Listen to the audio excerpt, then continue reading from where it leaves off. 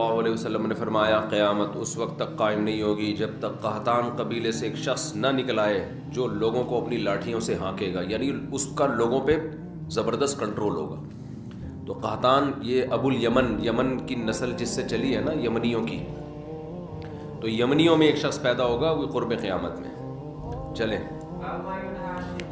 یہ تو دیکھو جو علامات ساعت ہیں نا، قیامت کی علامتیں، ان کے بارے میں جتنی بات ہمیں حدیث سے ملتی ہے ہم اتنی پیش گوئی کر سکتے ہیں، اس سے زیادہ احادیث کو جوڑ کر ایک نئی کتاب نہیں لکھ سکتے ہم۔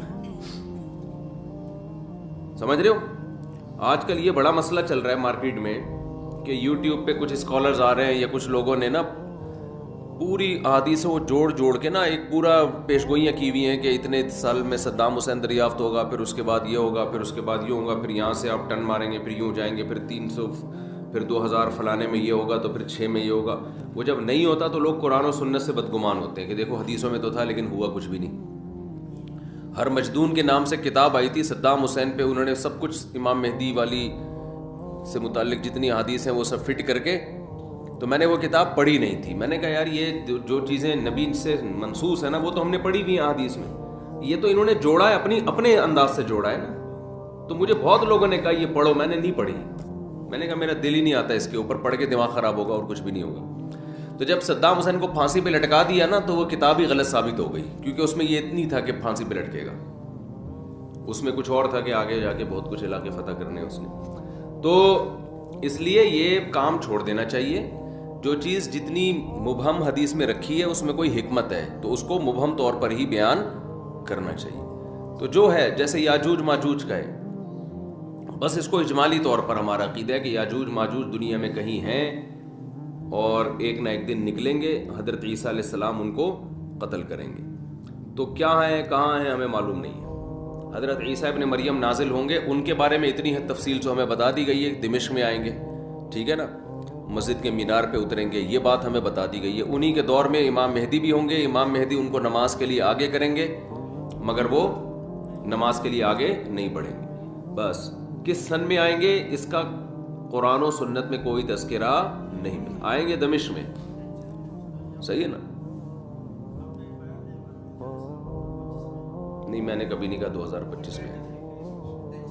تو وہ یہ سب چیزیں اپنی جگہ ہیں۔ باقی ہم نے جو فیصلے کرنے علامات ساعت کو دیکھ کے نہیں کرنے، ہم نے موجودہ حالات کو دیکھ کر جو گراؤنڈ ریئلٹی ہمیں جس سمت میں چلنے کا حکم دے رہی ہے ہم نے اس کے حساب سے فیصلے کرنے۔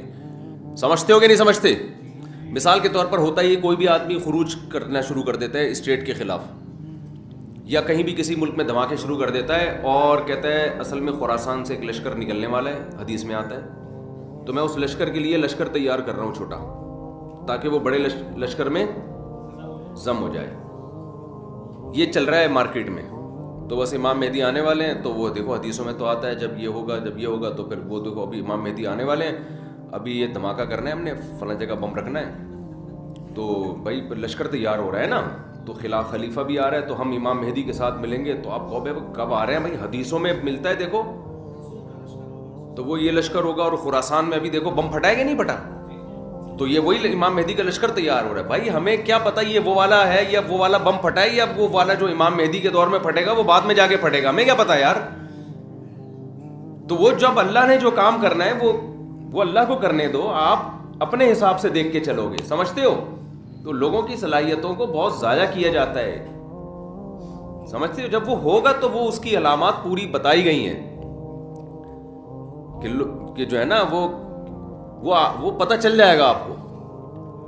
جیسے نبی صلی اللہ علیہ وسلم کی نبوت جب ظاہر ہوئی تو پہلے سے یہود و نصارہ انتظار کر رہے تھے نا نئے نبی کا، تو جب ایک پیغمبر ظاہر ہوئے اور آگے حضرت ابو ذر کا ایمان کا واقعہ آ رہا ہے، کیسے انہوں نے تلاش کیا نبی صلی اللہ علیہ وسلم کو اور علامات دیکھ کر کیسے اندازہ لگایا انہوں نے۔ تو وہ اللہ تعالیٰ پھر ایسے نہیں رکھتے کہ 2-4 آدمیوں پر، وہ پھر اللہ اس کو منوا کے چھوڑتے ہیں جب کوئی کسی شخصیت کو اللہ اوپر لانا چاہتے ہیں نا۔ تو پھر نبی صلی اللہ علیہ وسلم نے جب دعویٰ کیا تو آپ کی دعوت پھیلی، آپ کے معجزے ظاہر ہوئے ہیں، پھر لوگ جوک در جوک ایمان لانا شروع ہوئے۔ تو حضرت مہدی کا بھی ایسا ہی ہوگا کہ ایسا نہیں ہوگا کہ وہ جناب جب ظاہر ہوں گے تو بس 4 آدمیوں کو پتہ ہوگا۔ جب وہ ظاہر ہوں گے تو اللہ نے ان کے ساتھ اتنے ان کے برحق ہونے کے دلائل رکھے ہوں گے کہ آپ کو کتابوں میں کی ضرورت نہیں رہے گی. وہ اظہر من الشمس، چڑھتے سورج کی طرح ان کے برحق ہونے کے دلائل اللہ ان کے بھی اور عیسیٰ ابن مریم کے بھی قائم کرے گا. یہ خبریں پوری دنیا میں پھیلیں گی، کوئی انکار نہیں کر سکے گا. سمجھتے ہو کہ نہیں سمجھتے؟ تو کیونکہ ان کے ساتھ پھر ساتھ دینا واجب ہوگا نا، تو پھر اللہ اپنے بندوں کو ایسے نہیں، جیسے عیسیٰ علیہ السلام نے جب نبوت کا دعویٰ کیا نا، یا حضرت مریم نے کہا کہ یہ ولد الزنا نہیں ہے معاذ اللہ، تو اللہ میاں نے ایسے ہی نہیں چھوڑ دیا. حضرت عیسیٰ ماں کی گود میں پورے یہودیوں کے مجمع کے سامنے بولے ہیں. وہ تواتر کے ساتھ پھر بنی اسرائیل میں خبر پھیلی ہے کہ بچہ ماں کی گود میں بولا ہے کہ میں انی عبداللہ آتانی الکتاب وجعلنی نبیا. تو اتنا تواتر کہ جس میں جھوٹ کا امکان ہی ختم ہو جائے. ایک آدمی نے نہیں کہا کہ میں نے بچے کو ماں کی گود میں بولتے ہوئے دیکھا ہے. پورے یہود کے بڑے بڑے جتنے بھی علماء صلحاء سارے اس مجمع میں موجود تھے، سب کے سامنے عیسیٰ ابن مریم نے گواہی دی ہے. اور پھر صرف اتنا بھی نہیں، اس کے بعد کنٹینیو مسلسل آپ کی نبوت کی شہادتیں ملتی رہی ہیں ان کو. تو اللہ تعالیٰ پھر تبھی تو دیکھو یہ جو آج یورپ میں اتنا گوروں نے حکومت کی ہے نا اتنی بڑی دنیا پر، تو یہ کیا تھا؟ یہ عیسائیت کی بیس پہ ریاستیں خلافتیں قائم ہوئی نا. آج جو پورا یورپ ہے، یہاں جب گورے آئے انہوں نے مذہب کو نکال دیا، تو یہ ان کی حکومتیں مذہب کی بیس پہ ہی تو قائم ہوئی تھیں کہ پیچھے ایک پیغمبر کا نام استعمال کیا نا انہوں نے، عیسیٰ ابن مریم کا. یار رہنے دو. دیکھو دنیا میں اتنے بڑی پاورفل ریاست قائم کرنا، اس کے لیے ٹھیک ٹھاک قربانی چاہیے. بے تحاشا گاجر مولی کی طرح کٹے ہوں گے. تو اس کٹنے کے پیچھے ایک سچے پیغمبر کی موٹیویشن تو ہو سکتی ہے، بغیر اس موٹیویشن کے کوئی نہیں کٹتا اس طریقے سے. تو یہ عیسیٰ ابن مریم کا نام تھا جس کی بیس پر عیسائیت نے دنیا میں راج کیا ہے.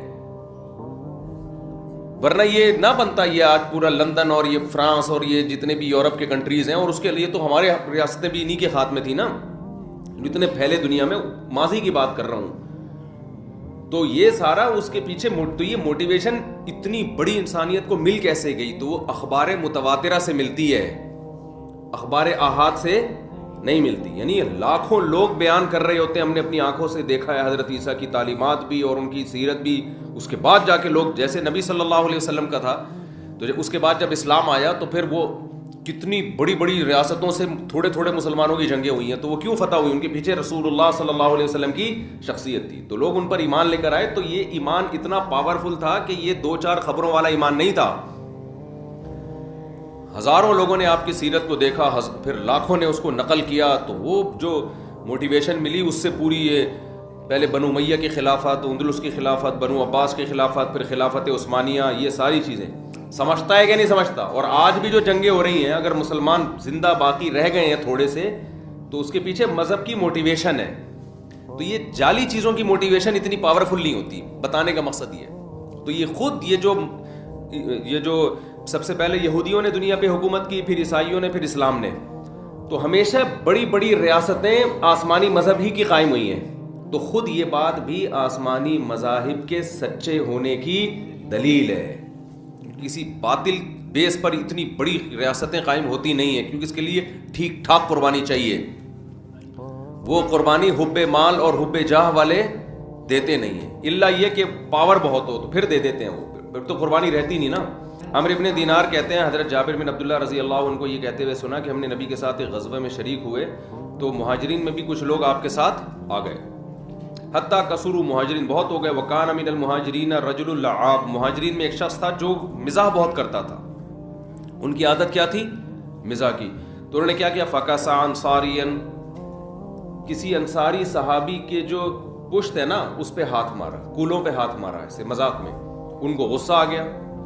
فغضب الانصاری غضبا شدیدا، بہت سخت غصہ آ گیا انصاری کو. حتیٰ تداعوا، ایک دوسرے کو بلانا شروع کر دیا، بھائی اس نے مجھے تنگ کیا ہے، آئے ہو بھائی ذرا اس سے انتقام لیتے ہیں. انہوں نے کہا، جب لڑائی شروع ہوئی تو انصاریوں نے کہا کہ یا الانصار، اے انصاریوں ادھر آ جاؤ. سارے انصاری جمع ہو جائیں، ان سے ہم نے جھگڑا کرنا ہے. تو مہاجر نے کہا کہ اے مہاجروں ادھر آ جاؤ. تو اب یہ قوم پرستی کی جنگ شروع ہو گئی نا بھائی. وہ کہہ رہے ہیں کہ جو بھی انصار ہیں وہ ادھر آ جائیں. مہاجروں نے کہا جو مہاجر ہیں ادھر آ جائیں. نبی صلی اللہ علیہ وسلم نے نکلے تو فرمایا، ما بال دعوی اہل الجاہلیہ، یہ جاہلیت والے دعوے کا کیا حال ہے؟ یہ کون سے تم باتیں کر رہے ہو. اب دیکھو یہاں قومیت کا استعمال کس کے لیے ہو رہا ہے؟ لڑوانے کے لیے. یہاں قوم پرستی تعصب ہے, حرام ہے, ناجائز ہے. نبی نے قوموں کے حوالے بھی دیے, اور یہاں پر آپ قومیت سے منع کر رہے ہیں. ذرا سی جنگ ہو پنجابیوں میں اور ہم پٹھان ہیں, ہم پنجابی ہیں, اس موقع پہ یہ نعرہ ناجائز اور حرام. اور آج کل یہی چل رہا ہوتا ہے, ہم بھی ہیں, ہم بھی پنجابی ہیں, ہم بھی پٹھان ہیں, ہم بھی مہاجر ہیں. تو ایک دم ایسی جنگ چھڑتی ہے کہ پھر لاشیں اٹھانا مشکل ہو جاتا ہے. ایسا مذاق بھی ٹھیک نہیں ہے نا. تو بس غلطی ہوئی نا ان سے, تو ان کو تھوڑی پتا تھا کہ یہ ہو جائے گا. تو آپس میں بھی ایسے مذاق نہ کیا کرو بھائی. اچھا بھائی, نبی صلی اللہ علیہ وسلم نے کے لیے فرمایا, فقال النبی صلی اللہ, ہاں فخرج النبی فقال, بھائی یہ حدیث کل پڑھیں گے, استاد جی آ نہ جائیں, نہیں آئیں گے تو پھر مکمل کر لو. تو میرے بھائی فقال النبی ہاں, تو نبی صلی اللہ علیہ وسلم نے فرمایا, ثم قال ما شانهم, آپ نے فرمایا کیا ہوا ان کو, فاخبر بکسعۃ المہاجری الانصاریہ, صحابہ نے بتایا کہ انہوں نے ایسے مذاق کیا تھا, اس کے بعد جنگ شروع. فقال النبی صلی اللہ علیہ وسلم دعوها فانها خبیثہ, آپ نے فرمایا اس نعرے کو چھوڑ دو, یہ خبیث ہے. یعنی قوم پرستی کا نعرہ کیا ہے؟ خبیث. ایک حدیث میں آتا ہے منتنا, بدبودار, وہ جو بچہ بکری کا بچہ نہیں پڑا ہوا ہوتا کچرے میں, مردہ بچہ, تو اس سے جو اس کو بھی منتنا کہتے ہیں نا, بدبو پھیلا رہا ہے. تو یہ قوم پرستی کا نعرہ کیا ہے؟ بدبودار. وقال عبداللہ بن ابی بن سلول, عبداللہ بن ابی بن سلول منافق کو موقع مل گیا, یہ خود بھی انصار میں سے تھا, اس کو موقع مل گیا, بھائی اس جنگ کو تھوڑا کیا کرو, تھوڑا بھڑکاؤ یار, آگ لگاؤ اس میں, آگ لگاؤ. اقد تداعوا علینا, انہوں نے کہا تداعوا علینا, انہوں نے کہا اچھا یہ مہاجرین نے ہم پر اپنی قوم کو بلایا ہے ہم سے لڑنے کے لیے. لئن رجعنا الی المدینۃ لیخرجن الاعز منها الاذل, تو کہنے لگے کہ اچھا ہم نے تو ان لوگوں کو پناہ دی ہے مکہ میں, مدینہ میں, یہ کمزور لوگ تھے, ہم نے مدینہ میں ان کو پناہ دی ہے, اور یہ ہم سے لڑنے کی باتیں کر رہے ہیں. ہم واپس جائیں گے تو ہم جو عزت دار لوگ ہیں معاذ اللہ ان رسوا لوگوں کو نکالیں گے. یہ وہی نعرہ ہے جو ایک سیاسی لیڈر نے نہیں کچھ دن پہلے ایم کیو ایم کے بارے میں لگا دیا تھا کہ یہ ہندوستان سے لوٹے پھوٹے آئے تھے, تو آئے تھے تو ہم جو ہے نا ان کا تو کوئی پرسان حال نہیں تھا. تو اس وقت بڑا کراچی میں پھر فساد شروع ہو گیا تھا, لیکن وہ فساد بھی وہ کیا ہوا, اس کا جملہ اس کی ذات تک تھا نا, اس نے پوری قوم کی نمائندگی میں تو نہیں کہا. فسادی لوگوں نے اس کو پوری قوم کی نمائندگی سمجھ کے پوری قوم کے خلاف تقریریں شروع کر دی. تو جیسے وہ فسادی تھا نا, ایسے یہاں سے بھی جو رپلائی گیا وہ بھی کس پر مبنی تھا بھائی, اس نے پوری قوم کی نمائندگی میں تھوڑی کہا تھا, یہ ایک آدمی کا تھا نا, آپ اس کے خلاف بولتے, لیکن جو رپلائی گیا ہے وہ پوری قوم کے خلاف گیا. تو یہ شرارتی لوگ ہوتے ہیں, اور ہم جیسے بیوقوف ان احمقوں کے پیچھے چل رہے ہوتے ہیں کہ ہاں ہمارے لیڈر نے ماشاءاللہ بڑی خاندانی بات کی, ہم سب اس کا ساتھ دیں گے. وہ بھی گدھا تھا جس نے یہ بیان دیا تھا, اور جس نے پوری قوم کو اس بیس پر رپلائی کیا وہ اس سے بڑا گدھا تھا. تو دونوں گدھے ایک جیسے تھے, تو ہم پڑھے لکھے اگر ہیں تو ہمیں ان گدھوں کو فالو نہیں کرنا. تو عبداللہ بن ابی بن سلول نے فوراً اس سے فائدہ اٹھا کے کہا کہ اچھا یہ لوگ تو کمتر لوگ تھے, ہمارے پاس آئے تھے لٹے پٹے, اور ہم واپس جا کے ان کو نکالیں گے. تو حضرت عمر کھڑے ہو گئے. حضرت عمر نے عرض کیا یا رسول اللہ, حضرت عمر کا وہی سٹائل تھا جو ہمیشہ سے رہا. حضرت عمر نے فرمایا لئن رجعنا, جب اس نے کہا تو حضرت عمر نے فرمایا الا تقتلوا هذا الخبيث. صحیح ہے نا. اب دیکھو حضرت عمر نے سارے انصار کو برا نہیں کہا, یہ خوب سمجھو, هذا الخبيث خاص اس کی طرف اشارہ کر کے کہ یا رسول اللہ, دو روایتیں, ایک میں کہ آپ اس کو قتل کیوں نہیں کرتے, یا آپ مجھے اجازت دیں میں اس کی گردن اڑا دوں اس کی. یہ نہیں کہا کہ یہ انصار ایسے ہیں, یہ یوں ہیں, تو فلانا ہے, تو ہماری وجہ سے ان کو اسلام ملا ہے, اور ہماری وجہ سے ان کو بھی تو فتوحات مل رہی ہیں. تو یہ سب نہیں کہا حضرت عمر نے. حضرت عمر نے خاص اس شخص کے بارے میں کہا کہ یہ فتنہ پھیلا رہا ہے, تو یا رسول اللہ آپ مجھے اجازت دیں میں اس کو قتل کر دوں, اور اس خبیث کو قتل کر دوں. تو نبی نے فرمایا لا یتحدث الناس انه كان يقتل اصحابه, نا, اگر ان کو قتل کر دیا, مجھے بھی پتہ یہ نالائق شرارتی ہے, تو لوگ کہیں گے اگر میں نے قتل کر دیا, لوگ کہیں گے کہ محمد صلی اللہ علیہ وسلم اپنے ساتھیوں کو بھی قتل کر دیتے ہیں. کس قدر بہترین سیاست ہے دیکھو, کہ بھائی جو غیر مسلم ہے نا وہ اپنے آپ کو اسلام میں محفوظ نہیں سمجھیں گے, وہ سمجھیں گے بھائی یہ انہی کا کلمہ پڑھتا ہے, انہی کے ساتھ جنگوں میں گیا ہے, اور کوئی بات پتہ نہیں کیا ہوئی اور گردن اڑا دی, تو ہم بھی آ جائیں گے, تو ایسا نہ ہو بات بات پہ ہماری بھی گردن اڑائی جائیں. کتنا بڑا فسادی تھا، لیکن اس کے باوجود آخر دم تک نبی صلی اللہ علیہ وسلم نے اس بیس پہ قتل نہیں کیا کہ قوم پرستی کی جنگ بھی چھڑ سکتی ہے اس سے، اور دوسرا کیا ہوگا کہ جو مشرکین ہیں وہ اسلام میں ان کا داخلہ بھی رک سکتا ہے۔ تو یہ اس سے پتہ چلتا ہے کہ ہمیشہ جب بھی آپ کوئی فیصلہ کریں تو دو بڑی مصیبتوں میں سے چھوٹی مصیبت کو اختیار کرنا چاہیے۔ ہمارے ہاں جو جذباتی فیصلے ہوتے ہیں ان میں ہم یہ دیکھتے ہیں کہ یہ کام غلط ہو رہا ہے، لہذا اس کو فوراً ٹھیک ہونا چاہیے، یہ نہیں سوچتے کہ اس کو ٹھیک کرنے کے چکر میں 4-6 جو ٹھیک کام ہے وہ بھی الٹے ہو جائیں گے۔ تو یہ زندگی کے ہر پہلو میں الحمدللہ ہمارا فیصلوں کی بنا یہی ہوتی ہے کہ بس یہ غلط ہے تو اس کو ٹھیک کر دو۔ جذباتی پن، جیسے میرا ایک بیان ہے کہ فرانس کا بائیکاٹ کرو نا، فرانس کی مصنوعات کا، میں نے پھر اس بیان سے رجوع کیا۔ استاد صاحب سے میں نے پہلے ایک بیان دیا تھا، فرانس میں گستاخی کے خاکے آئے تھے نا، تو میں نے اس بیان سے میں نے استاد صاحب سے کہا کہ ہم نے فرانس کے تو بائیکاٹ کرنا چاہیے، گستاخی کی ہے انہوں نے وغیرہ وغیرہ، ان کی مصنوعات کا بائیکاٹ کرنا چاہیے۔ میں نے بیان بھی دے دیا، وہ بیان چل بھی رہا ہے۔ تو میں نے استاد صاحب سے مشورہ دیا کہ اس کو بائیکاٹ کو ہمیں پھیلانا چاہیے۔ استاد صاحب نے کہا کہ دیکھو ہم نے فرانس کا بائیکاٹ کیا نا، اتنا بڑا نقصان نہیں ہے، یہ سوچو فرانس نے ہمارا بائیکاٹ کر لیا تو کیا ہوگا۔ تو مجھے وہ بھینس والا لطیفہ یاد آیا کہ ایک آدمی نے بھینس کو جمال گوٹا کھلانا تھا، جمال گوٹا پائپ کے اندر رکھ کر طریقہ یہ تھا کہ بھینس کے منہ میں پائپ رکھ کے ادھر سے پھونک مارے۔ تو ہوا یہ کہ یہ اس کے پھونک مارنے سے پہلے بھینس نے پھونک مار دی، وہ سارا جمال گوٹا اس کے پیٹ میں اور یہ مر گیا۔ تو یہ بھی دیکھو کہ تم بھینس کے منہ میں پائپ رکھ کے پھونک مار رہے ہو، اگر اس نے پھونک ماری تو تم افورڈ کر سکتے ہو کہ نہیں کر سکتے؟ تو استاد صاحب نے فرمایا کہ یہ جو ہم بائیکاٹ کی مہم چلاتے ہیں اس میں یہ بھی دیکھا جائے گا کہ اگر انہوں نے ہمارا بائیکاٹ کر دیا ہم تو ویسے ہی معاشی بحران کا شکار ہیں۔ اگر یہ یورپ نے، امریکہ نے، ان لوگوں نے مل کے ہمارا بائیکاٹ کرنا شروع کر دیا تو ہم اس سے بھی جائیں گے جو اس حالت میں۔ تو استاد صاحب نے فرمایا میں یقینی طور پہ نہیں کہہ رہا کہ اس کے سائیڈ افیکٹ کیا ہیں، لیکن جب تک آپ نے اس کے سائیڈ افیکٹ پہ آپ پوری طرح غور نہ کرو آپ کو بیان داغنے کی اجازت نہیں ہے۔ اس کے بعد سے میں پھر بیان دے ہی نہیں رہا۔ یہ بڑی بصیرت کی بات ہے۔ حضرت نے یہ نہیں فرمایا کہ واقعی بائیکاٹ کرے گا یا بائیکاٹ کرنے کا ہمیں نقصان ہوگا، ہو سکتا ہے کوئی نقصان نہ ہو ہمیں، لیکن کہا کہ جب تک آپ کو نالج نہ ہو نا ان سب چیزوں کی، اتنی اپر لیول پہ جا کے یا ایسے لوگوں میں مل بیٹھ کے کہ حاکم کی مجبوری بھی تو ہو سکتی ہے نا بائیکاٹ۔ ہم تو کہہ رہے ہیں فرانس کے سفیر کو نکال دو، بھائی آپ اس سیٹ پہ جا کے بیٹھو گے تو آپ کو پتا چلے گا کہ میرے اندر نکالنے کا دم ہے بھی کہ نہیں ہے۔ نکال دیا تو میں افورڈ کر سکتا ہوں کہ نہیں کر سکتا۔ تو جذباتی تقریریں، روڈ بلاک کرنا، یوں کر دینا، یہ تو نیچے کے لوگ کر رہے ہوتے ہیں۔ جو اپر لیول پہ ہوتا ہے وہ کبھی غلط بھی کر سکتا ہے، 2 نمبری بھی کر سکتا ہے، لیکن بعض دفعہ وہ مجبور بھی ہوتا ہے۔ تو جب تک آپ نہ ملیں کسی سیاسی لیڈر سے اور جو اپنے حاکم سے، وہ جب تک آپ کو اس کے سامنے کیا مجبوریاں ہیں، یا تو بیان دو ہی نہیں، دو تو پھر پورے پروسیس سے گزرنے کے بعد ایک رائے قائم کریں آپ۔ اس سے پہلے آپ کو رائے قائم کرنے کی اجازت نہیں ہے۔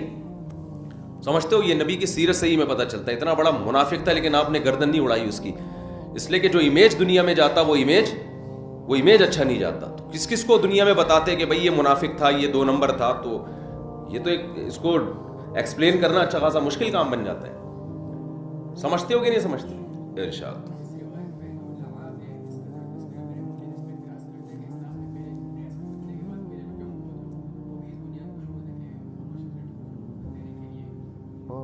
پاگل لوگ ہیں یہ، تو انہوں نے ان کے کولے پہ ایسے ہی ہاتھ مارا نا جیسے مذاق میں نہیں لوگ مار رہے ہوتے تب کی۔ تو یہ کہہ رہے ہیں ملحد لوگ اس پہ وہ کرتے ہیں کہ اسلام میں جو یہ جنگ شروع ہوئی اور اس کی نیت غلط تھی،